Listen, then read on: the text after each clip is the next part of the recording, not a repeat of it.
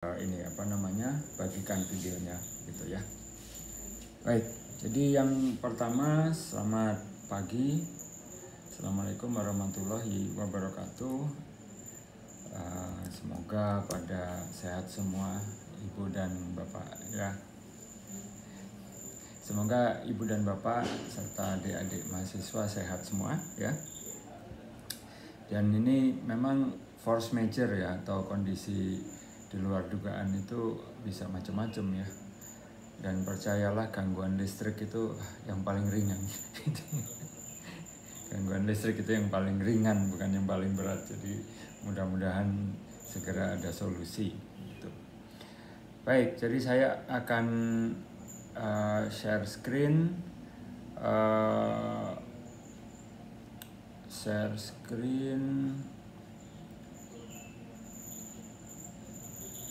Slide yang sudah saya sampaikan di ini ya, di mana, di chat ya. Jadi slide ini ada di Google Docs dan nantinya ini akan saya sebarkan juga di blog saya. Nanti blog saya juga saya taruh linknya di chat. Kemudian saya akan sampaikan juga di beberapa media sosial. Nah, masalah media sosial ini saya harus bahas dulu ini Mas Hendra. Jadi terhitung mulai 6 Mei 2024 saya sudah menghapus semua media sosial mainstream yang saya punya. Facebook sejak 2010, Twitter sejak 2010 itu sudah 15.000 sekian followernya. Kemudian Instagram sejak Oktober 2022 itu juga saya hapus, followernya sudah 1.000 sekian lah ya. Itu saya hapus semua dengan kesadaran sendiri ya, bukan bukan karena dihack atau apa. Karena saya melihat media sosial yang umum itu memang isinya macam-macam ya, buat saya terlalu ramai begitu ya. Lama-kelamaan jadi pusing sendiri begitu. Walaupun saya harus mengakui bahwa fungsi media sosial itu buat saya sangat penting ya, untuk menyebarkan ide, menyebarkan pengetahuan gitu ya, pengalaman juga. Jadi buat ibu dan bapak, adik-adik sekalian yang punya sosial media itu harus dimaksimumkan ya. Namun punya akses juga, berita yang masuk yang kita lihat itu juga kadang-kadang tidak terkendali begitu ya algoritmanya. Nah, namun demikian saya masih menyisakan 3 media sosial. Yang pertama blog saya itu dasaptaerwin.net, itu nanti akan saya ketik linknya. Itu sejak 2007 ada ya, sampai hari ini saya masih terus update ya, rutin. Yang kedua YouTube. Nah, YouTube ini baru 2000-an sekian subscribernya, karena memang saya nggak pernah mewajibkan untuk subscribe. Nah, linknya di mana itu bisa dilihat di YouTube Short yang saya sudah buat ketika saya menggambar materi dari paparan ini. Jadi YouTube Short, YouTube akun LinkedIn ya. LinkedIn itu di Google saja nama saya, di LinkedIn dicari saja nama saya Dasapta Erwin Irawan seperti yang ada di slide. LinkedIn itu menurut saya lebih terkendali postingnya ya, jadi tidak bervariasi dan lebih berkaitan dengan profesi ya, sepertinya itu yang kita lebih perlukan. Kemudian yang terakhir, media sosial yang justru tidak populer buat beginian begitu ya, itu di Pinterest.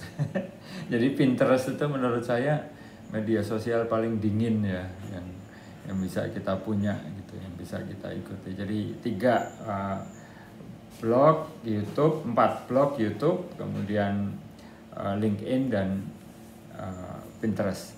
Baik, jadi yang pertama ibu dan bapak, saya akan tayangkan gambar ini sambil ngobrol ya, karena saya tidak berasal dari prodi atau pendidikan ya, yang sifatnya kependidikan ya, atau FKIP kalau di IKIP ya. Saya tidak berasal dari situ. Jadi saya tidak terlalu paham kurikulum dan konten dari pendidikan geografi. Namun demikian saya sudah menghabiskan kurang lebih 3 harian terakhir ya untuk googling begitu. Ternyata konten kuliahnya itu nggak terlalu beda ya menurut saya. Ya pasti ada konten untuk pendidikan ya, itu penting sekali menurut saya. Justru saya yang tidak punya background pendidikan terus tiba-tiba jadi dosen itu yang menurut saya aneh gitu ya. Justru yang lebih cocok jadi pengajar ya, dosen, termasuk dosen itu ya ibu bapak sekalian yang ada di sini gitu. Adik-adik juga ini menjadi pendidik geografi masa depannya. Nah, kalau saya lihat kurikulumnya itu sangat geografi gitu ya, dan geografi itu kalau dibandingkan dengan kurikulum geologi menurut saya lebih beruntung dibanding saya yang geologi, karena kalau geologi itu kurikulumnya sangat benda mati gitu ya. Sangat benda mati yang kami tangani itu ya hanya benda mati itu. Akibatnya kami hanya dididik untuk berbicara dengan benda mati. Nah, kalau di pendidikan geografi atau di prodi geografi itu saya lihat punya keberuntungan, yaitu ada kuliah-kuliah yang sifatnya sosial ya, yang berkaitan dengan manusia ya, dengan benda hidup gitu. Nah, apalagi kalau objek dari penelitian kita itu air tanah ya, dalam hal ini hidrogeologi, itu sudah sangat kehilir ya. Kalau bagian hulu di gunungnya itu adalah ilmu fisika, kimia, matematika ya, mafiki, biologi begitu ya, itu di hulunya. Itu nenek moyangnya ilmu katanya begitu ya. Hidrogeologi itu ada di hilir, sudah sangat dekat pantai gitu ya. Sudah sangat dekat dengan manusia ya. Jadi menurut saya hidrogeologi itu lebih cocok, lebih beruntung ya ada di geografi sebenarnya, karena kami di hidrogeologi itu sangat dekat dengan manusia ya, ininya bidang kerjanya. Nah, oleh karena itu saya gambar ini gitu ya, untuk sedikit mengulang. Kenapa saya bilang mengulang? Karena tidak mungkin adik-adik sekalian ini tidak pahami, ini tidak mungkin, karena sudah SD itu sudah disampaikan ya, siklus hidrologi kan sudah ada ya, sejak SD ya. Bahkan TK gitu. Saya menjelaskan gambar ini juga di kelas anak saya yang masih TK waktu itu ya. Jadi saya diminta menjelaskan apa ya, saya gambar dulu saja begitu ya. Kalau ibu dan bapak adik-adik ingat gambar rumah ini, itu mungkin ingat film yang judulnya Up. Jadi ada rumah yang kemudian bisa terbang karena diikat dengan ribuan balon begitu ya. Ya, rumahnya kurang lebih seperti itu. Yang kemudian rumah itu didaratkan di suatu dataran tinggi, yang mana di situ ada air terjun gitu. Nah, kalau ibu dan bapak adik-adik belum nonton, silakan tonton, tuh film bagus sekali. Up judulnya, kartun tapi ya animasi, bukan film manusia ya. Nah, jadi siklus hidrologi itu seperti ini ya, seperti biasa, ada hujan, ada air mengalir di sungai, sebagian kecil meresap, kemudian ada yang balik menguap lagi ya. Nah, yang mengalir di sungai itu suatu saat akan sampai ke laut, kemudian yang meresap itu suatu saat akan menjadi air tanah. Itu yang kami pelajari di hidrogeologi. Air tanah itu sendiri suatu saat bisa keluar ke sungai begitu ya, atau keluar langsung ke pantai ya. Banyak sekali kejadian dan proses yang bisa terjadi di situ. Jadi dari laut kemudian air menguap lagi dan seterusnya. Jadi perputaran inilah yang membuat dunia ini berputar ya, alam semesta ini bisa jalan gitu. Salah satunya siklus ini. Nah, ketika air itu meresap, maka meresapnya kemana? Meresapnya adalah ke lapisan akuifer ini ya, Lapisan akuifer itu lapisan yang mengandung pori-pori begitu, yang pori-porinya itu cukup besar sehingga kalau ada air hujan itu bisa meresap gitu ya. Nah, kemudian air itu mengalir di dalam tanah, di bawah permukaan bumi. Air tanah itu juga mengalir, dia tidak diam. Jadi jangan dibayangkan ibu dan bapak ya, adik-adik, terutama ini adik-adik ini pasti di antara adik-adik ada yang rumahnya atau tempat kosnya itu pasti ada yang punya sumur. Jadi sumber airnya adalah air tanah. Jadi jangan dibayangkan rumah kos itu atau rumah Anda itu ada di atas ember berisi air ya. Jangan dibayangkan begitu. Yang lebih tepat adalah rumah Anda atau tempat kos Anda itu berada di lapisan yang seperti spons, itu yang buat cuci piring itu spons. Nah, spons itulah yang kemudian bisa menyerap air yang datang dari air hujan. Nah, spons itu yang kemudian kalau miring ya airnya akan mengalir mengikuti kemiringan si spons tadi gitu. Nah, kurang lebih seperti itu ya. Adapun kalau sekiranya diperlukan ada kuliah yang sifatnya lebih spesifik ke hidrogeologi secara umum ya, rasanya bisalah dijelaskan dalam sejam, 1,5 jam, tapi sesi yang berbeda saya tidak keberatan. Silakan saja waktunya dicocokkan. Baik, nah sekarang kita bicara bunga rampai ya. Nah, bunga rampai itu ya akhirnya saya menggambar bunga gitu ya, dan menggambar pohon, daun, akhirnya judulnya aja juga bunga rampai gitu ya.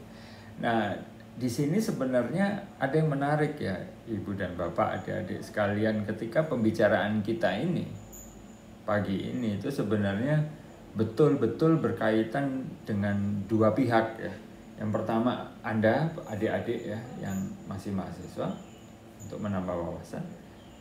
Yang kedua juga dengan ibu dan bapak dosen yang kebetulan meluangkan waktu untuk hadir ya. Terima kasih ibu dan bapak meluangkan waktu untuk hadir. Kenapa dosen juga penting? Bukan konten. Kalau konten saya percaya ini sudah semuanya sudah dipahami ya. Yang saya pentingkan itu adalah berkaitan dengan regulasi kenaikan jabatan yang sekarang ya, dengan sistem baru, kemudian dengan pola pikir yang baru begitu, ketika setiap jabatan itu harus punya kamar atau punya formasi dari sejak masuk jadi dosen ya. Nanti adik-adik ini kalau memutuskan untuk jadi dosen, ketika Anda masuk jadi dosen pertama kali itu ada jabatan pertama, sampai suatu saat kalau pada ingin jadi guru besar itu kamarnya harus ada ya, kamar virtual ya itu harus ada. Nah, kamar virtual itu adalah terkait dengan bunga rampai ini gitu ya. Jadi bidang penelitian, fokus penelitian itulah yang menjadi kamar virtual dari setiap dosen sejak dia asisten ahli sampai dia menjadi guru besar gitu. Itu kenapa ini sekaligus seperti kuliah atau paparan tentang karir ya. Jadi ini menabrak-nabrak segala macam tema sebenarnya ya, dalam sekali jalan sebenarnya. Terima kasih Mas Hendra sudah mengundang ini, karena surat edaran itu baru beredar mungkin minggu kemarin ya, tentang pentingnya formasi atau kamar untuk para dosen ya, untuk bisa berkarir. Baik, nah jadi saya bayangkan kalau geologi ya itu adalah sebuah pohon, maka akarnya itu adalah mafiki biologi ya, matematika, fisika, kimia, biologi. Itu kenapa kami waktu kuliah dulu masih dapat matematika, kalkulus, walaupun hanya dua kali ya, kalkulus 1 dan kalkulus 2 itu juga sudah ampun-ampunan ya. Saya saja tidak lulus kalkulus 1 begitu ya, baru juga masuk di ITB sudah nggak lulus begitu ya. Jadi saya harus ngulang di semester pendek gitu. Ya ke Pak itu Pak, saya lagi ke Pak Andis. Maaf ada tamu. Nah,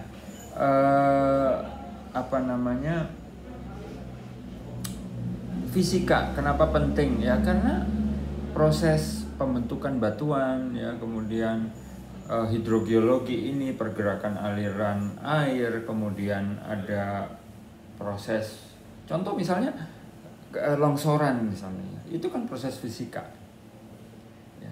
Ditambah lagi kimia, ya kurang apa lagi nih, kimia yang sama-sama kita tidak suka gitu ya. Ternyata penting itu. Ketika saya, tadi Mas Hendra sudah bilang, saya menuju lektor kepala sampai guru besar nanti itu di bidang hidrogeokimia lingkungan gitu ya. Jadi saya terjerumus ke sesuatu yang saya waktu SMA dan waktu kuliah dulu tidak suka gitu ya, kimia. Jadi hidrogeologi itu punya dasar kimia. Ya. Biologi jangan dikira, biologi itu geologi punya.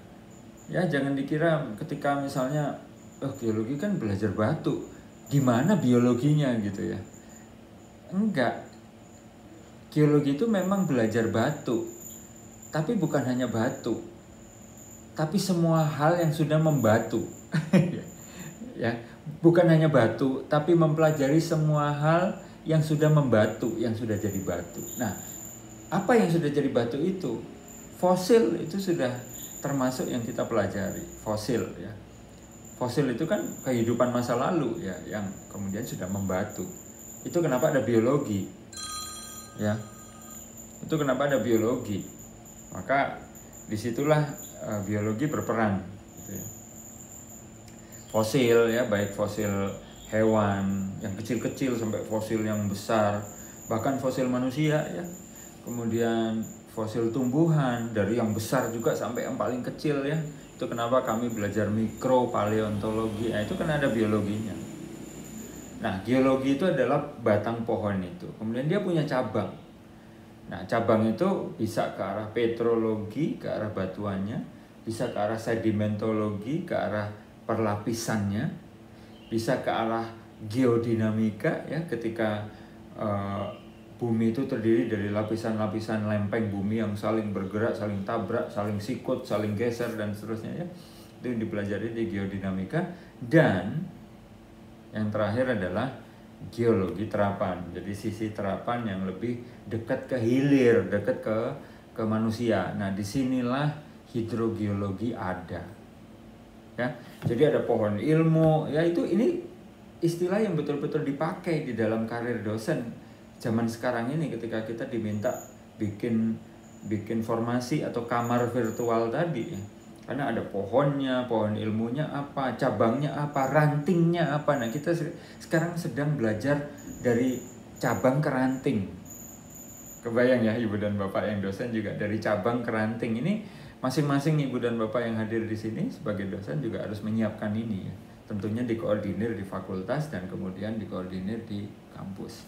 Baik, nah ketika kita bicara gambar ini seolah-olah memang ilmu geologi itu, ya ilmu geologi itu lahirnya kan bukan 20 tahun yang lalu ya, bukan 100 tahun yang lalu ya. Ya sudah sekian abad yang lalu begitu. Nah itu kalau tidak dijaga ilmu apapun termasuk geologi, ya itu sudah seperti pohon yang kemudian meranggas gitu. Pohonnya itu daun-daun berguguran ya. Namanya juga meranggas ya, seperti pohon kalau kekeringan nggak ada air, hujan nggak turun itu kan mengering semuanya. Ya, daun-daun berguguran itu upaya untuk tetap hidup kan. Daunnya digugurkan supaya nggak banyak beban. Nah, akan kering seperti ini. Ya, kalau tidak dijaga. Nah, untuk itu kita punya kewajiban. Backgroundnya apapun, mau geologi, mau geografi, mau teknik sipil, mau apapun ya. Makanya kita mendidik adik-adik sekalian ya, mahasiswa ini sebagai apa ya, yang meneruskan nanti. Jadi pohon itu jangan sampai seperti ini, tapi harus seperti ini, tetap seger, warnanya ada ya. Satu saat daunnya itu tetap harus ada ya, warna hijau kalau bisa begitu. Nah, jadi pohon ini harus punya apa ya, harus ada perubahan musim, perubahan cuaca itu kan penting ya, perubahan iklim. Nah, jadi di sini ada angin ini, itu adalah perubahan-perubahan yang dibawa oleh angin yang kemungkinan besar berasal dari prodi lain, fakultas lain begitu. Ya, ininya mau geologi, mau geografi, mau apapun itu harus bisa nerima ini gitu ya. Ya ini akan ada banyak, ini saya sebutkan 3 saja ini.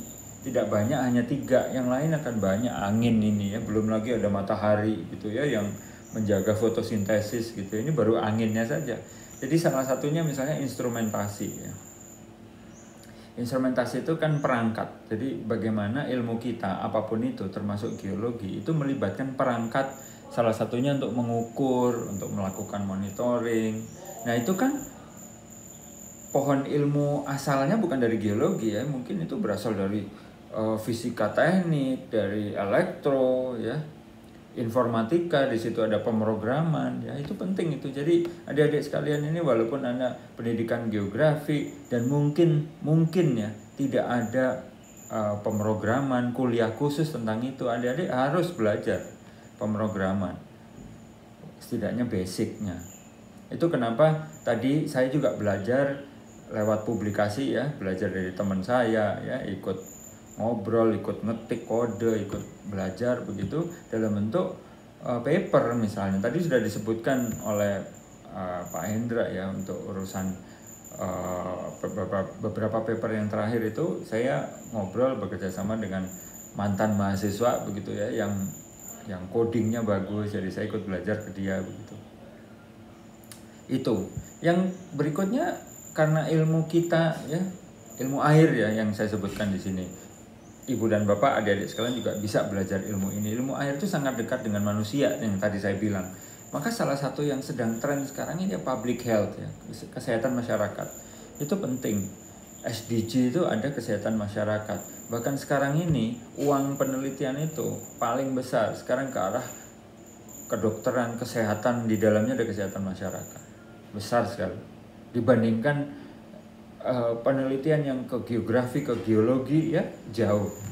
Jadi ibu dan bapak, adik-adik sekalian itu harus bisa fleksibel juga begitu. Nanti ada gambarnya yang khusus tentang itu.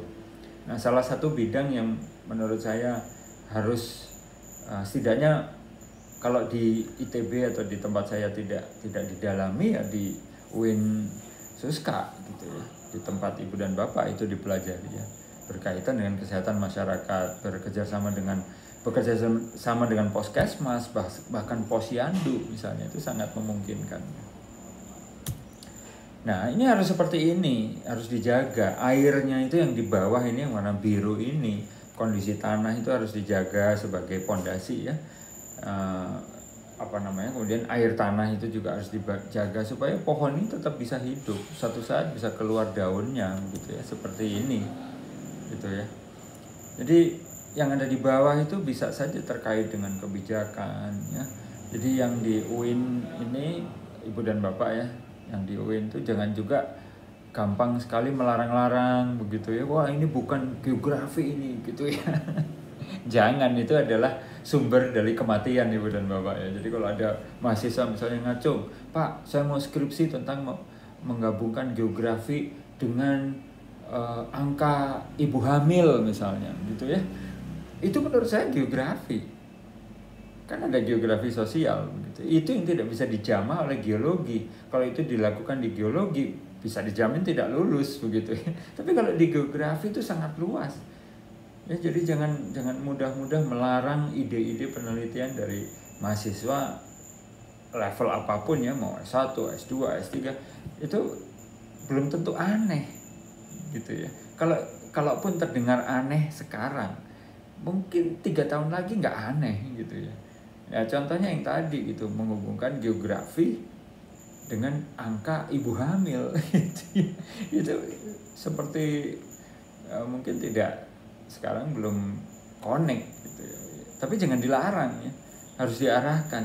Yang penting jangan dilarang gitu ya. Jangan mengulang pengalaman dari kampus-kampus yang lebih besar atau lebih tua umurnya gitu. Jangan, ibu dan bapak harus lebih progresif gitu ya. Oke, nah sekarang kan tadi kan kita bicara pohonnya apa, pohon ilmunya ya. Kemudian kita juga mulai belajar ke cabang ya. Nah, di sini kita belajar cabang dan ranting sampai ke daun bila perlu. Ya.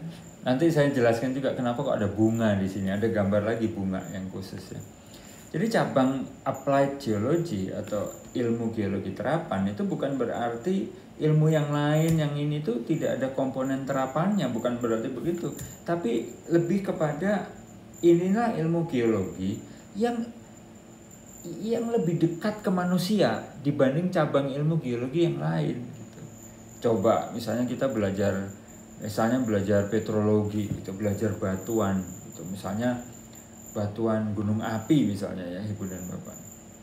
Oke, batuan gunung api, kita bicara sistem gunung api, meletusnya, mungkin siklusnya, kemudian bagaimana si batuan itu terbentuk, kemudian kalau dia mengalir itu mengalir ke arah mana, kalau ada erupsi misalnya, ya itu memang dekat dengan manusia gitu ya. Tapi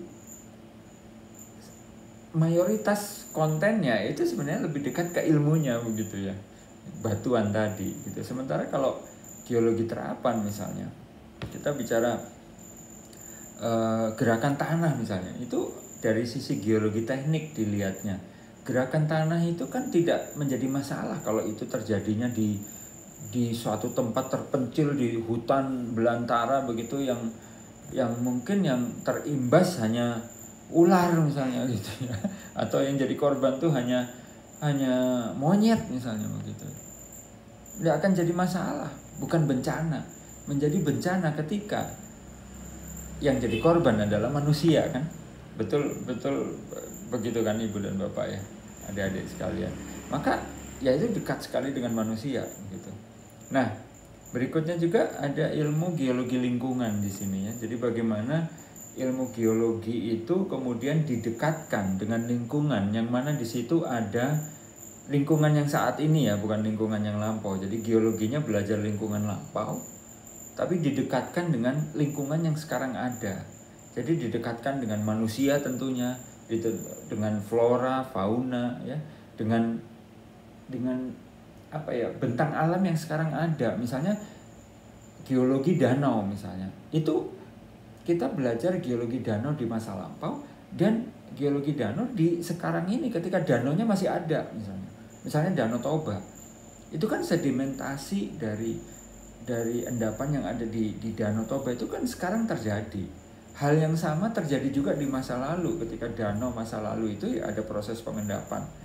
Begitu ya Ibu dan Bapak. Jadi geologi lingkungan itu adalah geologi yang didekatkan dengan lingkungan masa kini gitu ya.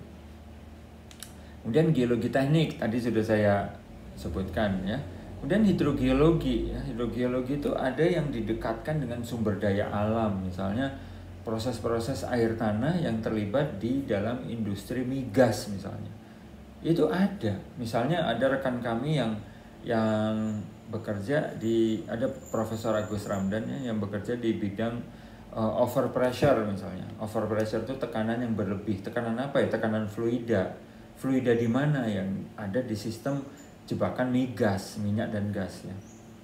Itu ada. Kemudian ada juga sumber daya tambang ya. Tambang itu yang berkaitan dengan mineral misalnya. Itu yang menjadi masalah kan tailing ya. Tailing itu adalah bubur yang merupakan campuran dari hasil pengikisan atau pemotongan lahan ya. Tanah, batuan yang tidak diperlukan itu kan dikupas di tambang ini supaya orang bisa meraih ke bahan tambang yang diperlukan. Nah, bahan-bahan yang dibuang ini bisa tanah, bisa batu, bisa air juga di situ. Itu kan saling bercampur. Komposisinya kan macam-macam, bisa juga beracun ya. Nah, itu tailing namanya. Ada juga rekan kami yang mempelajari itu. Kemudian ada juga namanya Bu Ninik ya, kalau yang tambang tadi ada namanya Pak Irwan Iskandar ya. Kemudian ada geothermal fluida misalnya, itu juga ada komponen hidrogeologinya. Ada Ibu Suryanti ini kalau di tempat saya itu ya belajar tentang geothermal fluidanya bagaimana. Ada juga Pak Arif Susanto yang belajar tentang ini. Kemudian ini yang saya pelajari ya, salah satunya hidrogeokimia itu lingkungan. Salah satunya daerah urban, daerah perkotaan misalnya. Jadi kimia air, kualitas air itu sejauh mana dia bisa berubah gitu ya. Sejauh mana perubahan itu terjadi di daerah perkotaan ya, daerah urban atau di daerah pinggiran ya. atau daerah non urban seperti daerah rural ya, daerah tepian dari daerah perkotaan misalnya. Jadi kualitas air itu bagaimana berubahnya gitu. Itu sampai ke sana. Jadi sampai ke daun ya Ibu dan Bapak. Nah, jadi kemudian si cabang ini itu kan terus berkembang. Kebetulan cabang ini itu digambar dari posisi pohon, cabang dan ranting dari kelompok keilmuan kami di sini di ITB ya, Geologi Terapan. Jadi di sini itu ada 8 dosen sebenarnya. Jadi di dalam gambar saya ini itu ada 8 dosen yang sekarang ada di kelompok kami ya. Nah, tapi kan ini nggak boleh tidak dikembangkan. Ini kan harus dikembangkan gitu ya. Tadi saya bilang ada kesehatan masyarakat, di mana banyak sekali kan penyakit itu yang disebarkan atau dipicu oleh air ya. Contoh diare. Untuk diketahui diare itu udah seperti masa lalu ya. Kalau orang mencret itu hampir nggak ada orang mencret yang diare sekarang ini seperti jadi sebuah wabah, itu kan hampir nggak ada sekarang ini. Kenapa? Karena orang sudah sadar kebersihan. Tapi kan itu tetap ada, penyakit diare tetap ada sampai sekarang itu. Walaupun tidak menjadi wabah, dia cukup bisa dicatat untuk bisa menimbulkan sampai ke kematian loh Ibu dan Bapak. Jadi ini menarik ini. Jadi Ibu dan Bapak, adik-adik sekalian kalau mau skripsi coba aja datang ke puskesmas. Tanya ke pengelola pimpinan puskesmas itu, berapa jumlah angka kesakitan diare. Bisa ditanya itu. Kemudian dibandingkan dari waktu ke waktu ya. Itu nanti kita bisa klopkan dengan musim misalnya. Apakah penyakit diare itu meningkat di musim kemarau atau dia misalnya meningkatnya justru di musim hujan misalnya. Itu kan menarik ya. Itu penelitian yang sangat sederhana, modalnya tidak mahal ya Ibu dan Bapak. Yang diperlukan hanya kemampuan untuk bercakap, yang mana orang geografi sudah punya gitu ya ilmunya, dan motor. Udah, motor nggak perlu punya, sekarang kan sudah banyak ojek online ya gitu. Nah kemudian dari situ kita bisa modelkan penyebarannya berdasarkan penyebaran penyakit ya, berdasarkan penyebaran air tanah. Jangan-jangan penyebaran diare itu mirip dengan aliran air tanah. Nah kalau sudah demikian kan dugaan-dugaan berikutnya bisa jalan ya. Itu kenapa skripsi itu bisa berseri gitu Ibu dan Bapak, adik-adik sekalian. Jadi kalau adik-adik sekalian punya ide misalnya kayak tadi ya, menghubungkan antara geografi, air tanah, dan diare misalnya, itu Anda harus ceritakan ke teman-teman Anda. Karena skripsi yang sama bisa dilakukan orang yang lain, adik kelas Anda mungkin di daerah yang berbeda, mungkin tadinya nggak pakai pemodelan, kemudian pakai pemodelan misalnya begitu. Ya, itu sangat zaman sekarang sangat mudah dilakukan. Ya, jadi saya ulang lagi, dari pohon itu harus dirawat, ya, kemudian harus juga menerima orang-orang yang bisa punya orang-orang yang bisa punya keterampilan lebih ya untuk bisa mengembangkan prodi ini, walaupun datangnya mungkin dari prodi yang lain atau fakultas lain. Kemudian kita bicara ke dahan ya, cabang sampai ke ranting sampai ke daun, itu pun juga harus dirawat dan dikembangkan. Kemudian kita bicara bunga ini gitu ya. Jadi kan tolong bisa di mute ya. Ya, makasih. Nah, sekarang dari tadi kan kita bicara belajarnya. Sekarang bagaimana cara menyebarkannya ya, Ibu dan Bapak, menyebarkannya. Baik menyebarkan itu dalam arti ngasih tahu orang apa yang kita pelajari.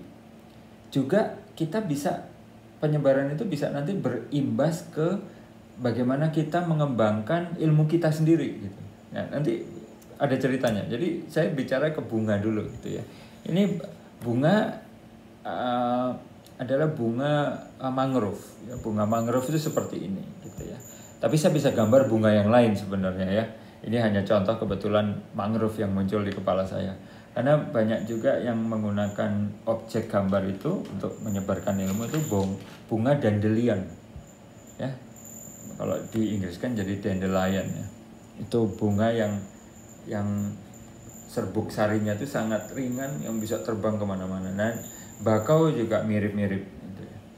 Nah, bunga ini kan mengandung benang sari, kemudian ada putik gitu ya di sini. Nah, itu kan lebih kepada ke fungsi reproduksi ya. Reproduksi dalam arti pohon itu harus bisa digandakan.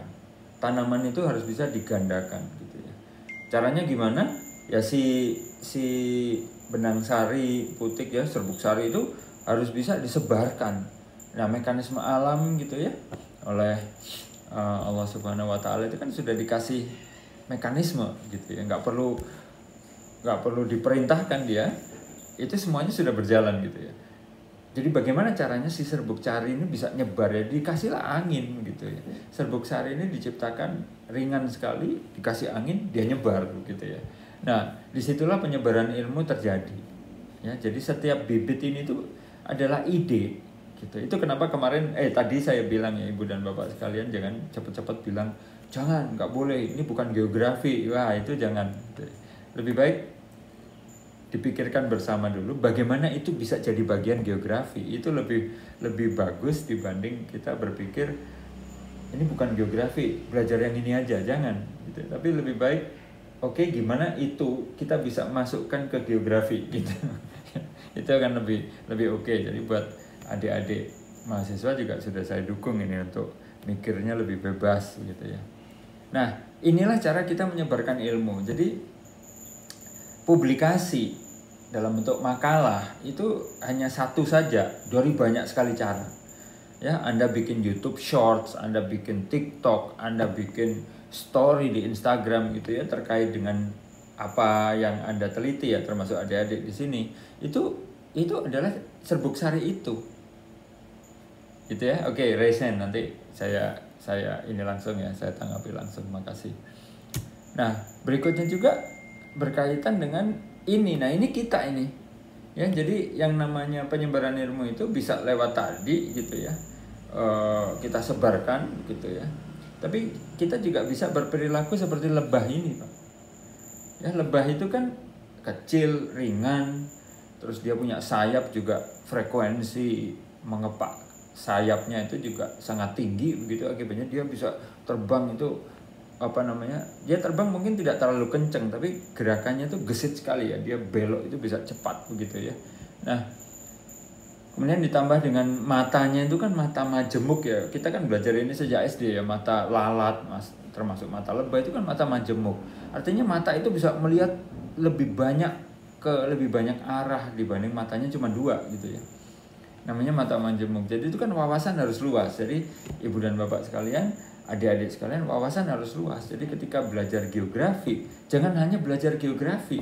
Anda harus bisa berpikir bahwa ada ilmu lain yang kalau itu ditambah, dipelajari, kecil, nggak usah banyak-banyak, itu bisa menambah wawasan. Geografinya bisa berkembang gitu loh ibu dan bapak ya, adik-adik sekalian. Jadi jangan berpikir, wah saya geologi, biasanya belajar geologi supaya linear, supaya konsisten gitu. Ya itu tidak salah, tapi kalau terlalu linear, terlalu konsisten ya akan ketinggalan. Kenapa? Ya nggak akan belajar hal yang lain gitu ya. Nah, badannya kecil tadi sudah saya singgung ya. Jadi dia ringan, kecil, akibatnya apa? Pemikiran itu dia fleksibel sekali gitu, walaupun jangan diartikan pikirannya gampang berubah-ubah ya. Enggak, fleksibel itu artinya dia bisa mengakomodasi gitu. Jadi kalau lagi ngobrol sama orang geologi, sebagai orang geografi, dia bisa, saya akan bicara geomorfologi, saya akan bicara geografi sosial, orang-orang yang tinggal di daerah itu gitu ya. Ketika Anda misalnya orang geografi bicara dengan orang sipil misalnya, maka Anda bisa lebih ngobrol tentang, saya sedikit tahu tentang geologinya walaupun tidak seperti orang geologi ya, tapi kami tahu geologinya ada batu ini, batu itu. Ya kebetulan itu bisa kemudian berkaitan juga dengan misalnya sikap hidup orang di situ gitu ya. Banyak orang bilang kalau orang tinggal di pantai itu banyak yang bilang ya stereotype ini belum tentu betul juga dan berlaku untuk semua orang. Katanya yang tinggal di pantai itu lebih mudah marah gitu kan ya, dan seterusnya. Anda bisa lebih ke sana gitu ngobrolnya. Nah, kemudian sengat, Pak. Nah, sengat ini menurut saya ya, lebah punya sengat itu ya dia punya argumentasi yang kuat ya. Ibu dan Bapak, adik-adik sekalian itu harus punya argumentasi yang kuat sama tajam gitu. Nah, ini kan bekalnya apa? Ya ilmu tadi ya. Ilmu bekalnya apa? Ilmu itu hanya bisa tambah tajam kalau ada data, kalau ada pengalaman. Nah, setiap data itu kenapa data harus dikumpulin, harus disimpan dengan baik, diarsipkan untuk kemudian diolah lagi dan seterusnya ya. Dan yang terakhir, badan sama kakinya ini kan ada bulunya, itu membuat dia lebah ini gampang nempel gitu. Mau surface atau permukaannya apa saja dia bisa nempel gitu ya. Karena dia berbulu gitu ya. Nah, jadi kurang lebih seperti itu ya Ibu dan Bapak, adik-adik sekalian nih 40 menit saya habiskan untuk ini, mohon maaf kalau terlalu lama. Jadi sekali lagi saya coba ulang bahwa yang namanya ilmu hidrogeologi itu yang dipelajari air tanah. Air tanah itu adalah air yang sudah meresap ke bawah permukaan. Sumbernya dari mana? Sumbernya dari air hujan, gitu ya. Dan itu mengalir, dan ketika dia mengalir, ketika dia mengalir, air tanah itu juga mengalami perubahan gitu. Perubahan apa? Kualitasnya itu jelas berubah. Jadi nggak bisa kita buang-buang sesuatu di suatu daerah yang jelas-jelas misalnya itu daerah resapan air gitu. Oleh karena itu membuat tempat pembuangan sampah itu juga harus punya banyak pertimbangan ya, dan seterusnya. Yang berikutnya, hidrogeologi adalah bagian dari geologi terapan ya, cabang ilmunya. Hidrogeologi itu adalah rantingnya. Kemudian ranting itu berkembang terus menjadi ranting-ranting baru yang diawali dengan daun begitu ya. Daunnya itu bisa macam-macam, bisa hidrogeologi migas, hidrogeologi tambang, hidrogeokimia seperti yang saya pelajari ya, dan seterusnya. Batasnya langit. Sekali lagi, batasnya langit. Kalau ibu dan bapak, adik-adik sekalian bisa punya wawasan yang luas, fleksibel, itu dengan sedikit saja dicampuri sesuatu, maka cabang ilmu atau ranting ilmu geografi itu sudah bisa melahirkan daun baru gitu. Ya, jadi batasnya apa Pak Erwin? Batasnya langit gitu ya. Jadi itu yang saya bisa sampaikan. Nanti terkait Riau ada, mungkin kalau ada yang bertanya silahkan. Karena kebetulan saya kalau pakar geologi Riau sih tidak, tapi geologi secara umum di daerah Sumatera ya itu saya bisa jelaskan, dan apa hubungannya dengan hidrogeologi sepertinya bisa. Tapi itu silakan kalau ada yang nanti mau bertanya. Demikian Pak Hendra, terima kasih.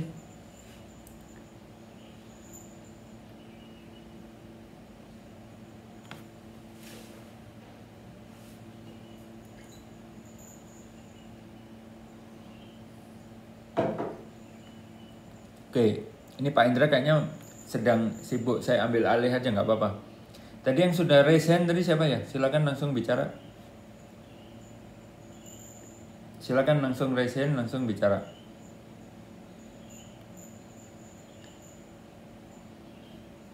Ya, silakan. Ya, silakan. Ini yang sudah open mic ada namanya Sylvie, satu lagi sudah angkat tangan Siti Amiroh. Silakan, yang mana? Ya, silakan.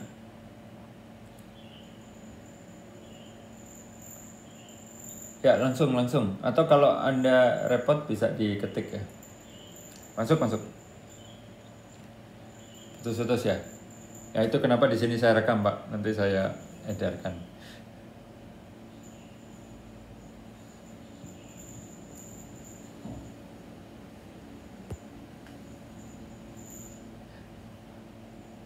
Nah, ini ada Siti nih yang raise hand, Pak.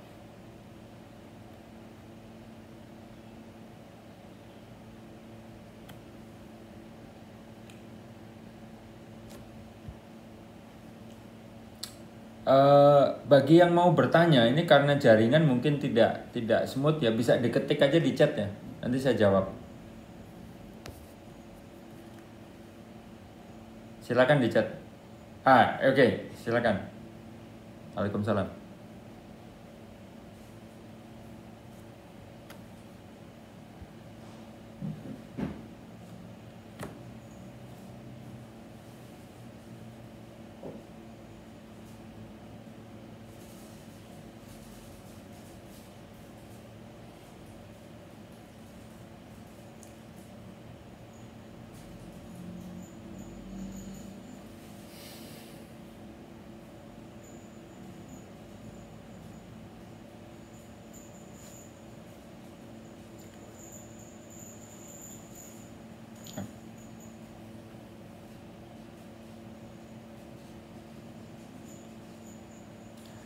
Baik, terima kasih. Jadi berkaitan dengan gambut ya. Nah, kalau Anda mau meneliti tentang kualitas air atau aliran air tanah di gambut, itu juga bisa jadi satu cabang itu dari hidrogeologi ya. Kenapa? Karena gambut itu memang punya karakteristik ya yang kemudian bisa mempengaruhi kualitas air. Ya, sudah pasti. Jadi di daerah gambut itu air ada, tapi mungkin tidak bisa langsung dipakai, khususnya kalau mau diminum atau dipakai untuk masak. Memang harus ada prosesnya agak jauh. Tapi kalau hanya untuk mandi misalnya, mungkin treatment ya atau pengolahan air sederhana sudah cukup. Misalnya kalau Anda googling ya, pasti di daerah-daerah yang kondisi air memang punya tantangan tuh biasanya orang sudah lebih pintar Pak, sudah sejak dari zaman kapan itu jual filter air ya, yang filternya juga macam-macam isinya begitu dan seterusnya. Bahkan kalau Anda ke Pontianak ya, saya nggak tahu kalau di Indragiri ya, kalau Anda ke Pontianak itu sejak zaman kerajaan dulu itu sangat didorong orang itu untuk bikin penampungan air hujan. Saya nggak tahu kalau di Indragiri ya. Nah, jadi penampungan air hujan atau rainwater harvesting itu ya mau nggak mau harus kita pakai, karena air hujan itu satu ya, mestinya itu jadi air yang paling murni memang ya, dengan catatan memang tidak ada polusi ya. Ya, kita bisa akui bahwa polusi ada. Jadi air itu sudah mempengaruhi air hujan. Itu harus kita akui juga. Hanya kan kualitasnya pasti lebih bagus dibanding air yang tadi, air gambut tadi kan. Nah, jadi kalau di luar negeri itu sudah sangat biasa. Anda misalnya yang ke Gold Coast misalnya, ini saya agak panjang ceritanya supaya Anda punya ilustrasi. Kalau Anda main ke Gold Coast misalnya di Australia begitu ya, atau ke Sydney misalnya. Nah, ini kayaknya putus ini. Itu kenapa saya rekam di sini. Nah, itu kalau Anda masuk ke toilet misalnya ya, kemudian ditutup toiletnya, maka di balik pintu toilet itu ada tulisan gitu. Kita lagi duduk di toilet, di pintu toiletnya ada tulisan bahwa kebutuhan air di toilet ini dipenuhi dari air hujan. Itu ada tulisan itu. Bahkan di Sydney itu ada Olympic Stadium ya, atau Stadion Olimpiade yang tahun berapa ya, itu mungkin tahun 2004 gitu ya, Olimpiade 2004 itu sepenuhnya dia pakai air recycle, salah satunya dari air hujan. Kemudian air yang lain yang sudah dipakai itu di recycle lagi untuk dipakai jadi kebutuhan air yang lebih rendah, jadi bukan untuk minum memang. Nah, jadi hujan itu perlu, kemudian perlu untuk ditampung ya. Kemudian air gambut itu ya betul punya reaksi dengan tanah, punya reaksi dengan batuan. Jadi Anda tinggal di daerah yang tidak gambut, kondisinya pasti berbeda, gitu ya. Kemudian yang berikutnya, adakah standar? Itu Anda bisa googling Permenkes, ya, peraturan Menteri Kesehatan. Itu silakan Anda googling. Itu bisa dipakai sebagai patokan ya. pH-nya harus berapa, keasamannya ya, kemudian TDS-nya harus berapa ya, kemudian kandungan natrium, sulfat, klor ya, itu ada semua. Nah, ini kan bisa jadi penelitian yang sederhana begitu. Ketika Anda datang ke lapangan ya, nggak usah ke lapangan lah, ke rumah Anda sendiri kan pakai sumur gitu ya. Anda beli alat di Tokopedia atau Shopee lah yang Anda suka gitu ya. Alat ini TDS meter atau salinity meter ya, itu nggak mahal itu. Kemudian pH meter yang pakai kertas itu juga tidak mahal. Atau kalau Anda mau pakai pH meter yang pakai angka, itu mungkin 300.000 ya. Itu sudah dapat 2 alat itu ya, 300 sampai 400.000 sudah dapat alat itu. Ya, Anda ukur-ukur aja itu di rumah Anda. Kemudian ambil sampel satu RT misalnya gitu kan, kemudian diperluas lagi satu kecamatan gitu. Itu sangat mungkin itu. Nah, itu Anda bandingkan misalnya dengan TDS, total dissolved solid itu menunjukkan kadar garam ya. Anda ukur itunya, Anda ukur pH, bandingkan dengan teman Anda yang mungkin berasal dari kabupaten lain yang mungkin lebih dekat ke gunung api misalnya. Dia sumber airnya dari mata air gunung misalnya. Nah, itu bagaimana? Udah penelitian, Pak. Ya, penelitiannya tidak harus yang bikin roket gitu ya. Tidak harus. Baik, mungkin kalau belum cukup nanti bisa chat lagi ya. Nah, ini saya baca chat dari Azlan Syah. Nah, di sini Azlan nanya di chat terkait masalah air resapan septic tank, air sumur bor, di mana keduanya berdekatan secara biologis. Tak hanya biologi yang ada, bahkan kartu SIM telepon juga pernah masuk ke dalam. Bagaimana cara menemukan? Oke, ya. Oke, jadi yang pertama ya, memang tadi septic tank itu pasti berpengaruh. Ya, pasti berpengaruh. Jadi kalau Anda buat septic tank itu harus kedap air, itu harus. Jadi jangan sampai dia bocor. Itu penting. Ya. Oleh karena itu bagi Anda atau mungkin warga ya, barangkali ada yang tinggalnya ke air, lebih menjorok ke air ya, misalnya yang di rumah-rumah yang di atas air itu kan banyak, yang di daerah delta, di daerah muara sungai itu kan banyak. Nah, itu memang repot, bagaimana itu septic tanknya? Nah, yang harus dipikirkan kan itu ya, itu yang harus dipikirkan sebagai Anda sebagai ini apa namanya kalangan akademisi ya, sebagai mahasiswa, itu bagaimana septic tanknya gitu. Ngelihat ke bawah air, ke bawah rumah sudah air kok kan gitu ya. Nah, ketika Anda ada di daratan, kemudian Anda bikin septic tank dan Anda tahu sumur Anda juga mengambil air yang ada di daerah situ, ya itu memang akan jadi masalah juga. Tapi selama septic tanknya dia kedap air, ya tidak bisa, tidak bocor ya. Ya relatif sebenarnya aman gitu ya. Tapi akan lebih aman lagi kalau Anda mengambil air tanah yang lebih dalam ya, yang levelnya tidak sama dengan kedalaman dari septic tank itu akan lebih bagus.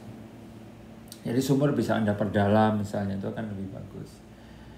Nah, kemudian bagaimana menemukan mata air di daerah landai atau dekat laut. Nah, ini memang repot dalam arti kalau Anda tinggalnya lebih ke gunung, maka jelas ada mata air kan, sumber air. Jadi Anda tinggal beli selang misalnya begitu ya. Tapi kalau daerahnya dataran rendah yang datar, memang tidak ada cara lain kecuali memang dibor.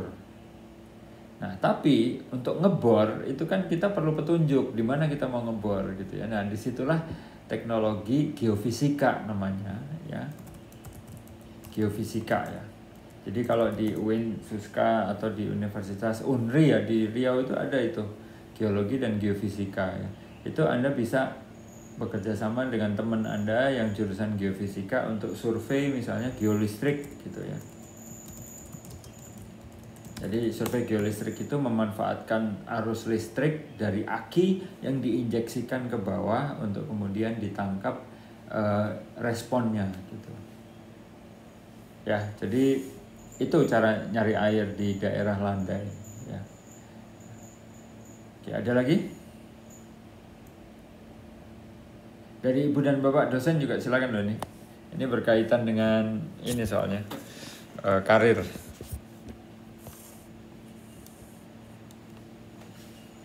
Sedang ramai di tempat saya juga merumuskan pohon, cabang dan ranting. Ya, Waalaikumsalam, silakan Pak.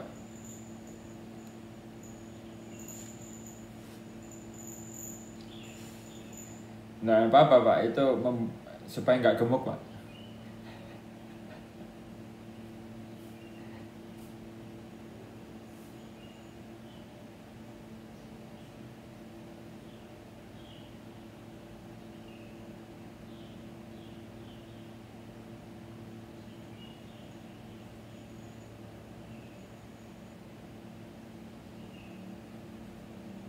Ya.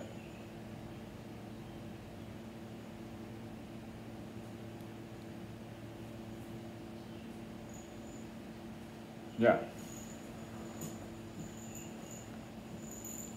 Oke. Oke.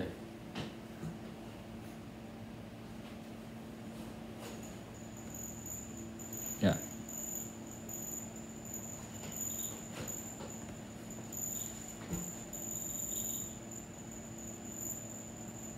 Oke. Yes.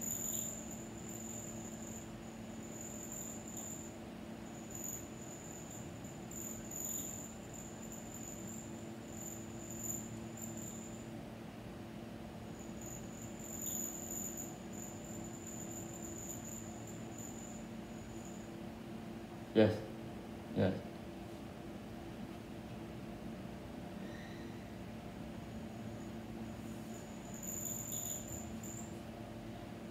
Ya. Iya, bisa. Bisa, Pak. Jadi kalau kalau untuk acara khusus ya di luar mahasiswa ya, karena ini memang perlu intens ya. Itu sangat sangat mungkin, Pak. Nggak ada masalah, saya silakan aja di kita ini kan ya atur bersama waktunya. Yang jelas saya perlukan mungkin semacam apa ya, struktur prodi misalnya yang ada di sana begitu. Kemudian kurikulum kalau misalnya sudah ada di web ya tinggal linknya aja dikasih begitu. Menurut saya sih itu, karena kita kan dalam suasana perubahan kurikulum juga ya, betul ya Pak? Kalau tidak salah kan ya? Ya, itu sangat memungkinkan, Pak. Nah, kemudian terkait dengan tadi kamar-kamar tadi, memang ilmu itu memang awalnya bisa saja, Pak, terkesan terpisah-pisah. Misalnya geografi dengan remote sensing misalnya gitu ya. Yang satu belajar satelit, yang satu belajar sosial ya, dan geologi misalnya, geografi begitu kan yang dipelajari. Itu kayaknya nggak nyambung. Tapi selama orangnya nyambung, Pak, dua ilmu itu bisa disatukan gitu. Yang jadi masalah kan orangnya yang nggak nyambung tuh orangnya, bukan ilmunya gitu. Ilmu itu benda mati, yang nyambungkan kan ya kita gitu. Jangan dikira ini pengalaman kami baru 2 minggu terakhir ini ya. Bapak tahu geodesi? Adik-adik tahu geodesi nggak? Nah, geodesi itu kan dengan betul, geodesi, geomatika ya, dengan geologi, dengan oceanografi, dengan meteorologi, itu satu fakultas di tempat kami, di tempat saya.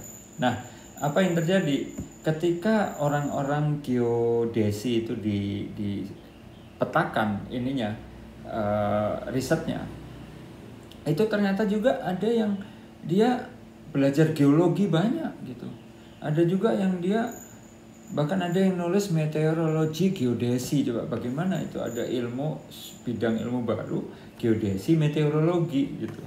Artinya kan sudah nyebrang gitu ya. Bahkan ada lagi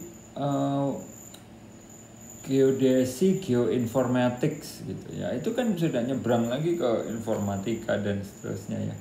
Jadi memang ada ilmu-ilmu yang karena dia dekat dengan hilir, maka dia itu bisa cepat kelihatan bahwa mereka itu nyambung gitu. Tapi ada juga ilmu yang memang dia lebih dekat ke hulu. Nah, di situ perlu manusianya, perlu dosennya yang memang nyari celah gitu. Oh, ini nyambung gitu. Jadi yang nyambung di UIN Suska belum tentu bisa disambungkan kalau di geologi gitu. Gitu. Jadi jangan khawatir, yang namanya membentuk prodi baru itu tuh sekarang relatif sudah lebih ringan ya. Orang nggak perlu lagi namanya harus ngikut. Misalnya geologi di ITB tulisannya teknik geologi, di tempat lain belum tentu namanya harus sama, nggak perlu. Yang penting rumpun ilmunya masuk ke dalam taksonomi dikti, itu yang penting, Pak. Itu.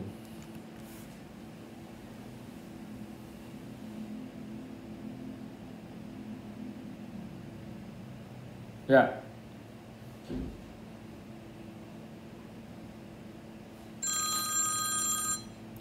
Gini Pak, kalau yang berkaitan dengan persyaratan itu juknis memang belum keluar ya. Jadi adik-adik sekalian ini Anda harus tahu kenapa dosen Anda itu belakangan murung begitu ya. Itu salah satunya mungkin karena aturan naik pangkat atau naik jabatan ini belum jelas gitu, karena aturannya ganti gitu. Jadi Anda harus paham lah. Nah, Ibu dan Bapak dosen, untuk terkait dengan syarat kenaikan jabatan itu juknisnya memang belum keluar gitu ya. Tapi sinyal-sinyalnya ya nggak akan terlalu beda dengan yang dulu gitu ya. Syarat publikasi tetap ada dan seterusnya. Yang beda adalah mekanismenya sekarang lewat sister, itu aja. Jadi Ibu dan Bapak data di sister itu selain NIK dan lain-lain, paper dan karya-karya itu jeblosin aja ke situ semua gitu ya, supaya lengkap. Itu yang pertama. Yang kedua, perbedaan dengan yang masa lalu adalah kalau dulu ketika orang mau naik LK dan ke GB itu tidak perlu merumuskan setting keilmuan dari kampusnya, nggak perlu. Jadi cukup bilang bahwa saya ahli hidrogeologi anu, gitu kan ya. Si ini ahli geologi anu, cukup bilang begitu, deklarasi. Nah, kalau sekarang ketika saya bilang saya hidrogeokimia lingkungan, maka saya harus pastikan kampus saya memang membuatkan kamar itu, gitu Pak. Itu aja bedanya. Jadi dalam sebulan, 2 bulan, 3 bulan terakhir ini, kampus-kampus mestinya termasuk UIN Suska itu mulai mapping. Jadi dosen-dosen ini diproyeksikan untuk mengisi keilmuan yang mana yang ujungnya nanti ke GB gitu Pak. Jadi intinya seperti dulu, tapi ditulis lebih awal. Itu aja sih menurut saya. Itu aja. Jadi cabang ilmunya itu jadi ada petanya sekarang. Kalau dulu Bapak misalnya Pak Endra cuman ngaku aja saya geografi lingkungan pantai Pak gitu. Saya GB-nya geografi lingkungan pantai misalnya gitu ya. Nah, cukup itu. Nah, kalau sekarang bedanya, sebelum Bapak meraih guru besar itu, Bapak buatkan dulu itunya cabangnya. Nah, cabang itulah yang sampai ke ranting tadi yang harus diakui oleh perguruan tinggi, dan perguruan tinggi kemudian mengirimkan itu ke Dikti gitu. Nah, oleh karena itu perencanaannya itu bisa mungkin yang 8 tahunan inilah Pak gitu kurang lebih ya. Jadi 5-8 tahun ke depan, siapa saja yang mau naik ke lektor, siapa yang lektor mau naik ke LK, siapa yang LK mau naik ke GB, itu sudah direncanakan dalam 5-10 tahun setidaknya ke depan, termasuk dosen yang baru. Itu nanti kamarnya yang mana, itu boleh. Jadi nggak perlu kamar itu sudah ada namanya di situ. Nggak, bisa juga masih kosong, karena itu nanti rekrutmen gitu Pak. Ya bedanya hanya itu, tapi harus ditulis itu aja Pak.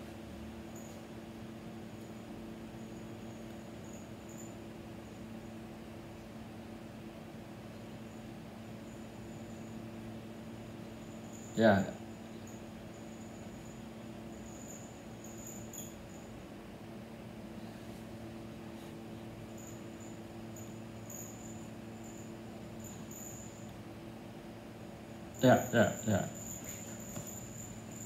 Hebat.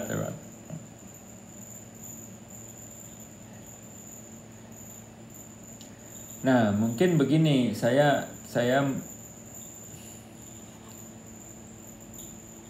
ya silakan. Nah, jadi mungkin untuk adik-adik mahasiswa ya itu bisa juga membuat satu lembar gambar gitu ya. Kira-kira Anda lebih condong kemana gitu. Ya nggak harus hidrogeologi, misalnya Anda mau geografi yang lebih ke sosial misalnya, itu juga sangat bagus Pak. Ya ada namanya ilmu etnografi kan, barangkali Anda belum pernah dengar ya, etnografi. Wow, itu enak Pak. Anda penelitiannya itu apa? Anda misalnya nih ya, Anda meneliti tentang suku tertentu misalnya, maka Anda tinggal di situ, ya kan? Tinggal di situ, main dan seterusnya lah begitu ya, bergaul sambil nyatet ini. Wah, kalau bisa diulang mas saya masuk geografi. Yes. Gitu. Ya, kalau bisa muter balik waktu masuk geografi saya gitu ya.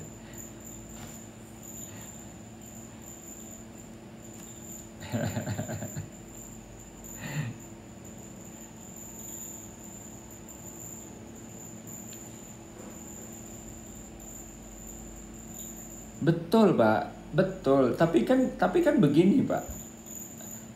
Flow-nya menurut saya lag time-nya itu menjadi lebih pendek. Kenapa? Karena kita melihat objeknya itu manusia gitu.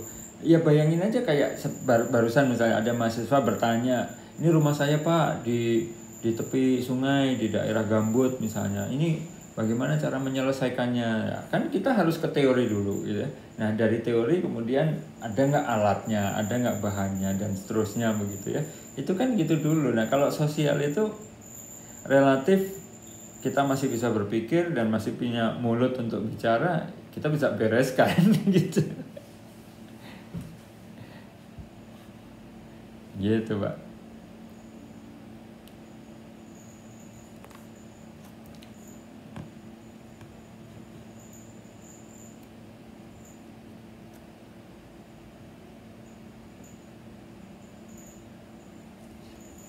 Silakan, silakan. Silakan.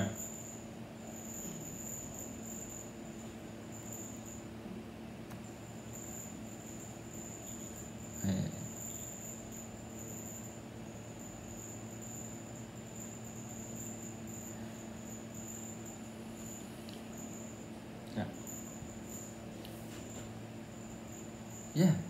Ya.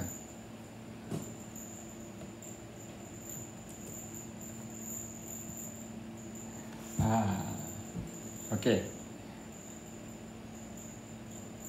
Ya, oke. Anda namanya siapa panggilannya? Oh, Azlan tadi ya, oke. Gini Azlan, jadi memang penelitian itu harus selalu bersumber dari penelitian yang sebelumnya. Ya, jadi data sekunder ya itu harus ada. Itu memang iya perlu gitu ya. Tapi situasi di Indonesia sekarang gitu ya. Tapi itu juga ini kita bicara masalah refleksi ya. Apa yang saya sampaikan ini bukan hanya menyalahkan orang lain atau pemerintah, tapi juga perlu jadi refleksi kita ketika misalnya Azlan masih mahasiswa atau nah Anda oke, saya tanya sekarang, Anda on mic dulu ya. Saya tanya sekarang, ketika Anda misalnya nanti jadi nih skripsi gitu ya tentang tanah ya, Anda kan sekarang mengeluh nih, wah data sekunder Pak sulit, dan memang sulit.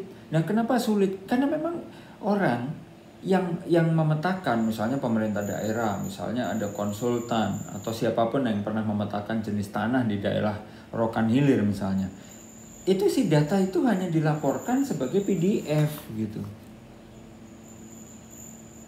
ya. Jadi dilaporkan sebagai PDF, disubmit ke yang ngasih uang, selesai gitu. Nah kemudian si PDF ini kan ada mentahnya, yang mentahnya juga tidak, mungkin hanya setahun umurnya, dia masih ingat, oh datanya saya taruh sini gitu ya kan. Tahunnya ganti bisa lupa dia di mana nih, laci mana nih, harddisk eksternal segala gitu kan udah hilang lah, apa kebanjiran gitu, hilang lah data itu. Nah begitu pula dengan PDF yang disubmit tadi Pak ya. Misalnya Anda konsultan, Anda diminta memetakan tanah, Anda kirim oleh Bapeda misalnya, Anda kirimlah hasil laporan Anda itu PDF-nya ke Bapeda. Di Bapeda belum tentu disimpan itu. Nah, oleh karena itu, kenapa saya kampanye tentang open access, tentang open data. Jadi selama Anda menghasilkan data itu tidak minta uang ke pihak lain, maka defaultnya, ya default itu bakunya adalah Anda harus bagikan datanya. Tapi tidak hanya dalam bentuk PDF gitu. Padahal kan Anda skripsi biasanya kan diminta jadi PDF ditaruh ke digital library, betul? Ya, di perpus digital Winsuska kan diminta itu nanti skripsi Anda tayang di situ. Ya, Anda pernah nggak ngecek kakak kelas Anda setidaknya skripsinya itu isinya apa? Anda nggak bisa ngecek karena biasanya hanya abstraknya yang diupload, Pak. kalaupun semuanya diupload, yang bisa didownload hanya abstraknya. Isinya nggak ada ini, isinya nggak bisa didownload. Terus mau jadi apa skripsi itu? Bukan hanya di tempat Anda, di tempat saya pun begitu. Di tempat saya di kampus ini, gedungnya di belakang ruangan saya, sama kelakuannya gitu. Ya, jadi kan yang namanya data itu jadi nggak pernah ada budaya untuk dibagikan gitu loh Pak. Padahal orang, Anda misalnya mau nulis skripsi, terus Anda nanya ke saya, Pak ada nggak data tanah? Yang Anda perlukan laporannya atau datanya? Datanya. Seperti halnya nanti kalau Anda sudah selesai S1, ada skripsi Anda. Orang mungkin nggak perlu kesimpulan dari skripsi Anda, nggak perlu. Yang dia perlukan, Azlan itu mengukur parameter tanah ada berapa titik. Misalnya permeability-nya Anda ukur, misalnya kelembapannya Anda ukur, misalnya kandungan oksigennya Anda ukur pakai alat yang murah-murah aja.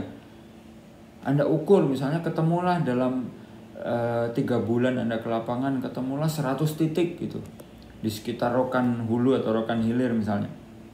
Nah data itu kan Anda laporkan di skripsi, terus Anda upload ke digital library, betul? Nah terus kan tabel PDF itu bisa diapakan? Nggak bisa, kecuali diketik ulang kan. Padahal tabel Anda itu ada koordinat dan ada informasi lain.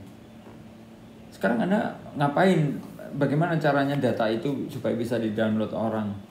Gimana caranya?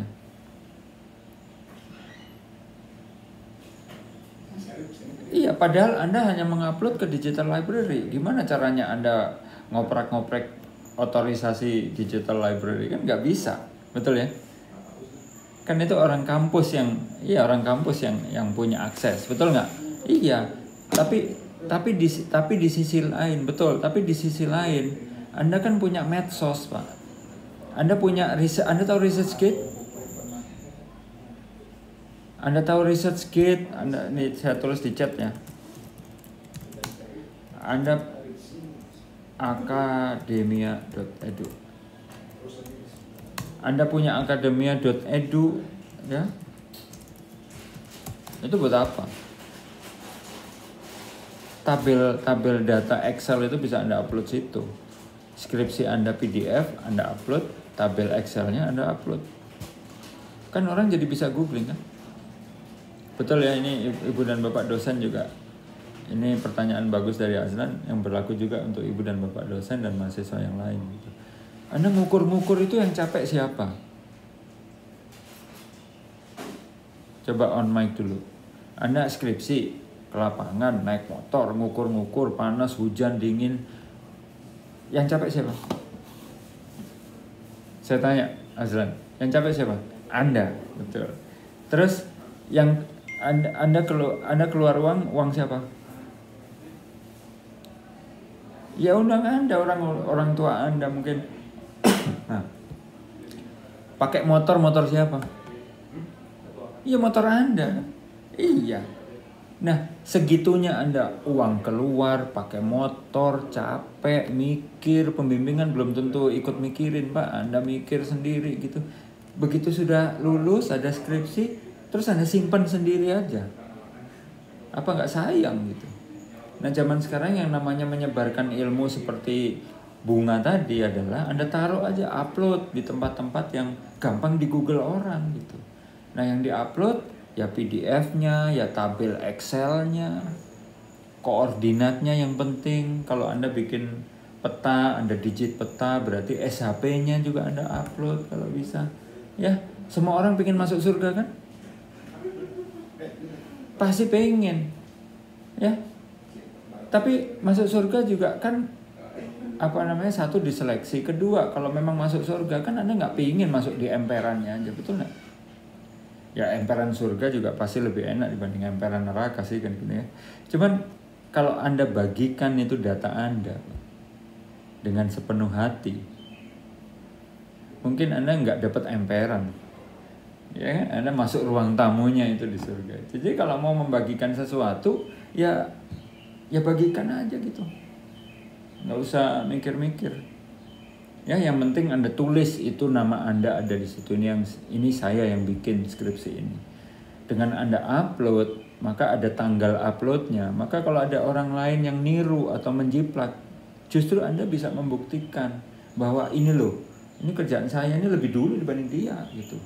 Bagaimana mungkin dia saya niru dia kalau saya yang duluan upload, kan gitu.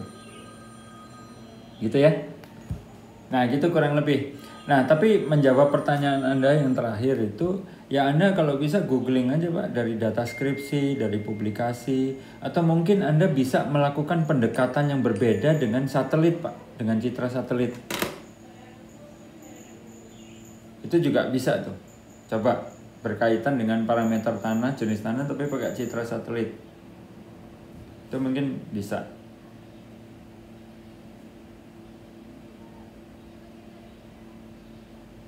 Ya, sip. Oke, semoga lancar skripsi. Ngukur sendiri lebih oke daripada pakai data sekunder. Dan ngukur-ngukur aja itu sudah jadi skripsinya. Lebih cepat dibanding Anda mana data sekunder nggak nemu-nemu sambil skripsinya nggak dikerjain kan gitu. Tapi Anda punya motor, isi bensin, pergi ukur lebih cepat beresnya.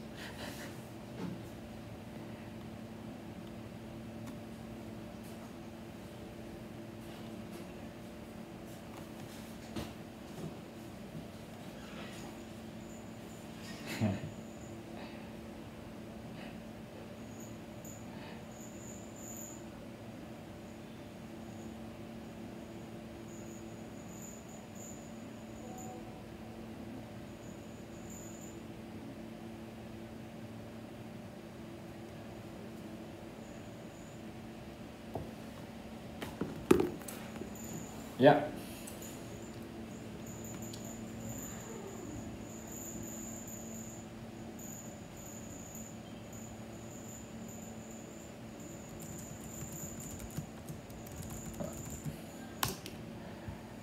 Baik, jadi sebagai penutup mungkin ya, karena udah mau jam 11, saya ada kegiatan yang lain. Jadi yang pertama, email saya ada di chat, itu Anda bisa kirim email, nanti bisa nyambung ke WhatsApp. Silakan aja Anda berkomunikasi ya, karena saya termasuk yang passionate urusan geografi ini gitu, karena ada konten sosialnya justru ya. Jadi saya sangat bersemangat dengan geografi. Itu yang pertama. Yang kedua, bahwa skripsi, kalau memang yang hadir di sini tuh baru anak S1 ya, skripsi itu cari yang sederhana gitu ya. Bukan nyari mudah, tapi nyari yang sederhana. Nyari yang sederhana itu artinya yang Anda ngerti apa yang mau dilakukan, Anda punya komputernya gitu ya, yang cukup oke buat mengerjakan itu. Anda punya sumber daya yang lain, bisa dilakukan pakai motor atau mungkin pakai sepeda atau mungkin jalan kaki begitu. Itu hal sederhana yang saya maksudnya. Lakukan pengukuran ya, apa yang diukur Pak Erwin ya, Anda harus googling dulu, baca teori. Kalau saya punya air, kalau saya punya tanah misalnya, tanah itu bisa diukur apanya sih gitu. Nah, pakai alat apa? Nah, setelah itu Anda cari di Tokopedia, cari di Shopee, ada nggak alat untuk mengukur kelembapan tanah yang murah misalnya gitu ya. Semurah mungkin yang Anda bisa temukan, beli gitu, yang kalau bisa yang paling murah kan begitu. Nah, kemudian lakukan pengukuran ya yang banyak gitu. Nah, dari situ nanti Anda olah, googling lagi, pakai teori lagi, apa yang bisa ditarik dari data ini misalnya gitu. Nah, itu yang untuk mahasiswa. Jadi urusan air, tanah, batu itu hanya objek. Jadi yang penting Anda tahu apa yang harus dilakukan dan cari yang sederhana ya. Nah, yang ketiga yang buat Ibu dan Bapak dosen ya. Jadi saya memang bukan orang yang lahir di lingkungan geografi, tapi percayalah situasi di geologi juga sama gitu ya. Dan justru menurut saya orang geografi itu punya kesempatan berkembang yang lebih luas. Kenapa? Karena Ibu dan Bapak itu core ilmunya bukan hanya core ilmu kuantitatif, tapi core ilmu kualitatif juga ada ya. Nah, itu yang membuat Ibu dan Bapak sebenarnya lebih unggul dibanding ilmu-ilmu yang hanya kuantitatif gitu. Jadi silakan Ibu dan Bapak bisa melakukan mapping begitu ya, keahlian atau riset fokus riset yang dimiliki masing-masing dosen untuk kemudian disiapkan menjadi formasi yang mudah-mudahan itu bisa jadi ruangan buat ibu dan bapak berkarir sampai ke guru besar gitu. Nah, adapun untuk diskusi saya membuka diri, silakan Pak Hendra, kita Caprian bisa ngobrol berempat berlima mungkin dengan anggota dosen di prodi gitu untuk bisa menghasilkan sesuatu, saya nggak masalah. Mungkin itu yang dari 3 hal dari saya Pak Hendra, makasih.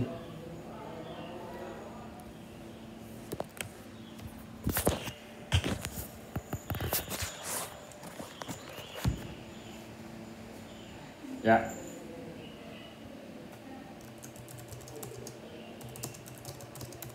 Ya.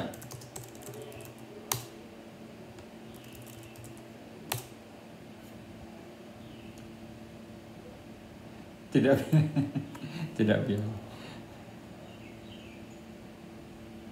Ya, ya. Ya. Bukan lampu mati biasa, ya.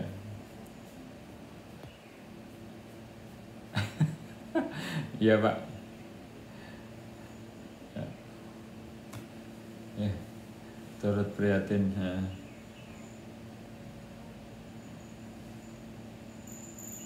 Ya.